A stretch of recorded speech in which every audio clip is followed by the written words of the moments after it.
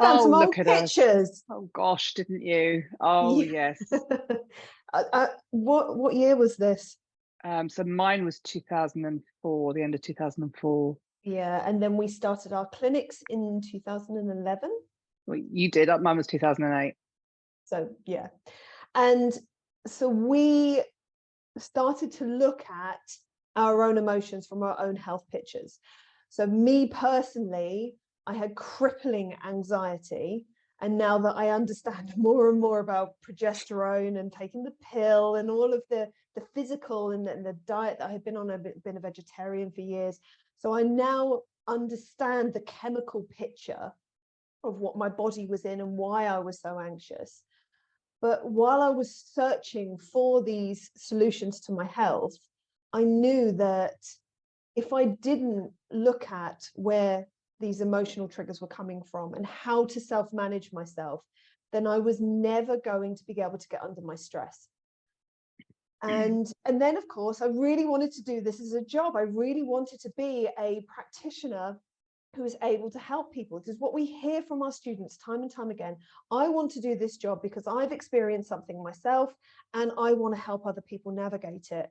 And I started with a nutrition qualification and I wanted to help people with their food.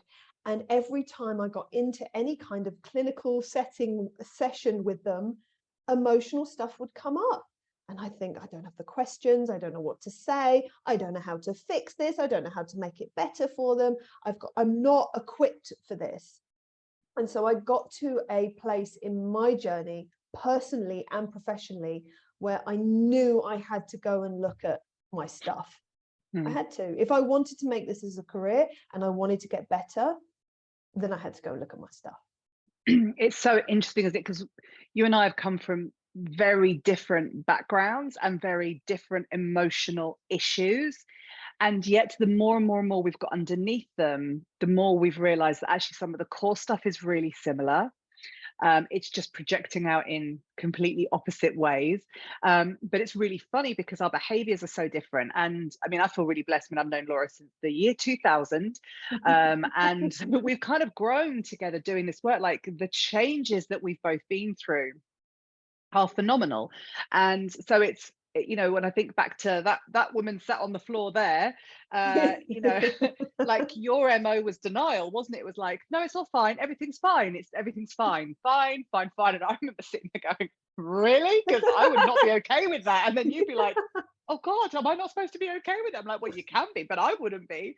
And my stuff was the opposite. Like I just everything was always awful. I just had such foreboding joy and such like really, really struggled with any kind of joy at all. And everything was very pinched and tight and controlled and controlling and just really awful. And so when Laura sat there going, oh no, I'm actually genuinely okay with that, I'd be like, oh wow, I don't even have a frame of reference for what that's like. So my stuff was that I had a very traumatized childhood. I had a very my family dynamic was very emotionally challenging, physically and emotionally abusive. Lots of violence, lots of arguments, and I now know that I am a highly sensitive empath, and I'm really not good. I wasn't good around all of that anger, and it really distorted me growing up. And funnily enough, I used to present in this a similar kind of way. Like I followed my conditioning really well. I was very armored and very.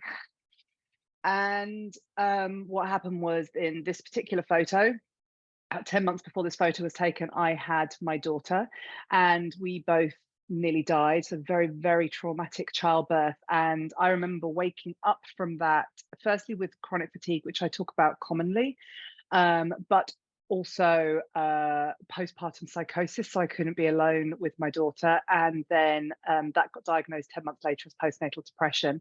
And it actually then took another 8 years of trying to work through it. So by that point, I started on the path of nutrition. I discovered kinesiology. I was working on my emotions. But I actually then got diagnosed with post-traumatic stress disorder 8 years later.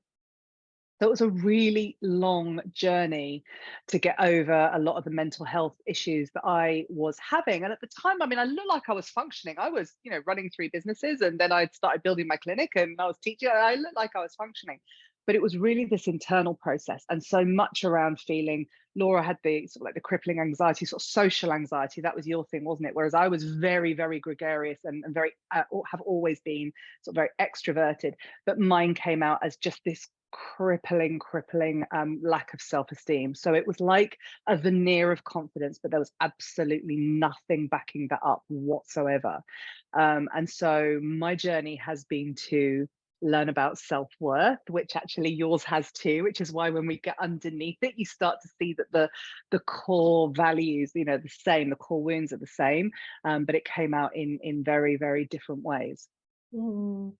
My conditioning, my stuff was much more around the good girl syndrome and doing what was expected of me and living the fairy tale Disney dream. We talk about that quite a lot because I am so passionate about breaking apart the Disney dream, because it's just this illusion of perfection that cripples women. Mm. And it crippled me. And so one of the big challenges that I had, my growing up was very different experience from yours. We never really talked about, or there was no conflict. I never experienced conflict. So as I stepped into my 20s and conflicts started happening to me, I had nothing to equip myself, which was part of the anxiety. I felt I had Mm. no protection. And so a Whereas I big had all protection. I was like, it was amazing that our stuff just fit together so beautifully. And so part of my journey that we're going to talk through, something I really deeply love working with, particularly with people who suffer with anxiety, is anger work. So your journey was much more about learning to drop the defenses and to step into vulnerability. And mine was about learning to find my voice and stand in my power and claim my anger.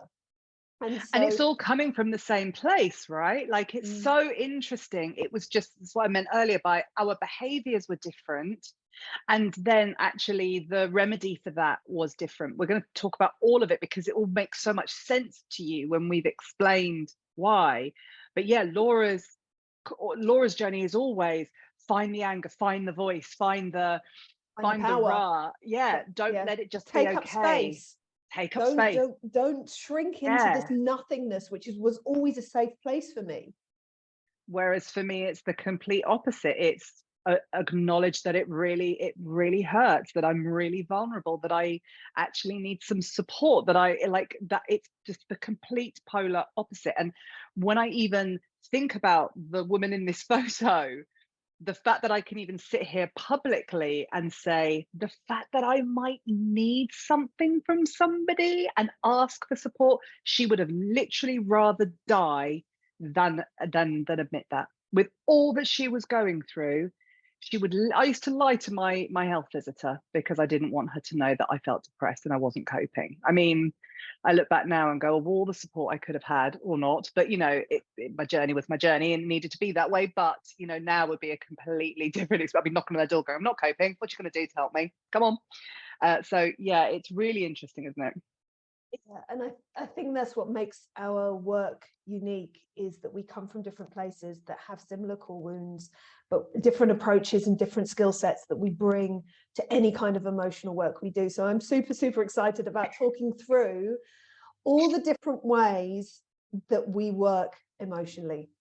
I guess the real purpose in telling you our stories, other than I think it's really helpful to know that people have been, where they've come from.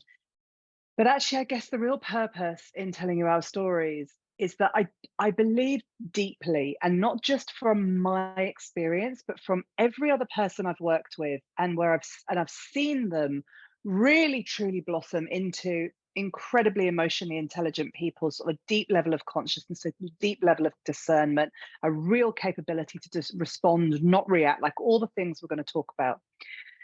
That the only way they've got there is by actually doing the work. There is no way out but through.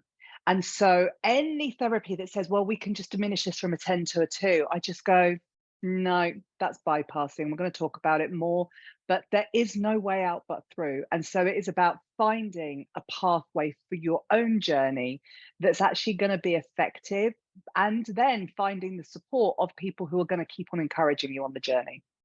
Mm. We talk about building resilience. That is Hmm. what emotional intelligence does, so that Hmm. if anything happens in life, we have the tools to be able to Hmm. deal with it.